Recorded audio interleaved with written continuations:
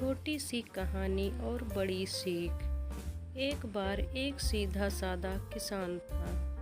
वह अपने खेतों में सब्जियां उगाता था।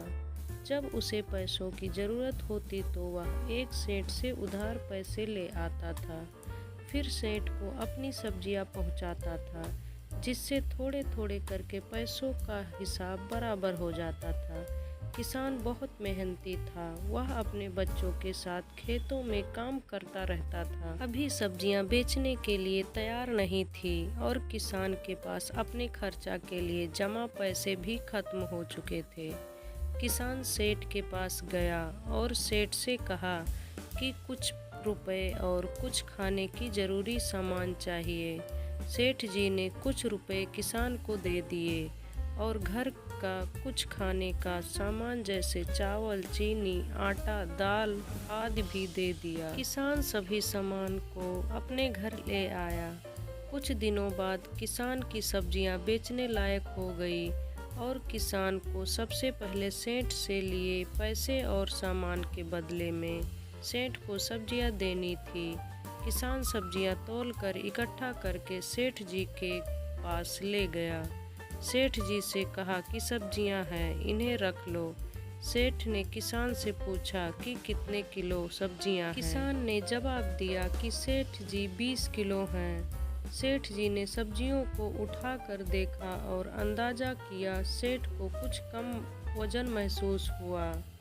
सेठ ने दोबारा किसान से कहा कि सब्जियों का वजन सही बताओ, नहीं तो मैं अपने पास रखे कांटे पर तौल लेता हूँ और अगर कम वजन हुआ तो दोगुने पैसे लूँगा।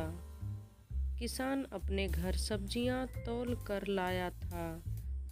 उसे विश्वास था कि सब्जियों का वजन बिल्कुल सही है। किसान ने कहा कि कुछ भी कर लेना, सब्जियों का वजन पूरा 20 किलो ही है। सेठ ने झट से अपना कांटा निकाला और सब्जियों को तौलने लगा।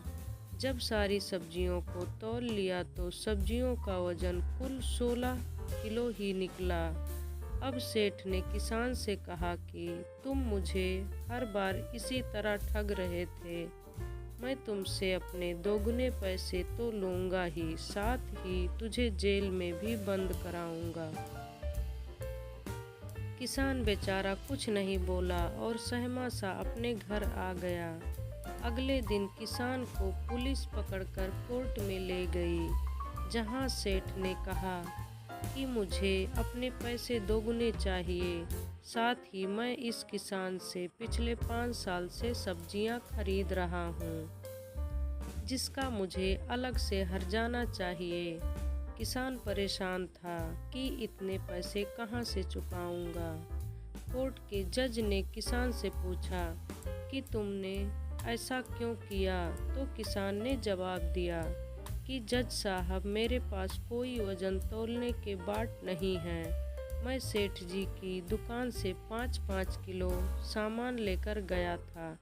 बस मैंने तो सेठ जी के दिए सामान से अपनी सब्जियां तौल कर लाया था। इसमें मेरी कोई बेईमानी नहीं है। इतना सुनकर जज समझ जाता है कि सेठ बेईमान है, जो रोज न जाने कितनों को ठगता है और सेठ पर जुर्माना व जेल हो जाती है। शिक्षा। इस कहानी से सीख मिलती है कि दूसरों की कमियां या गलती निकालने से पहले अपने अंदर के दोषों को ठीक करना चाहिए।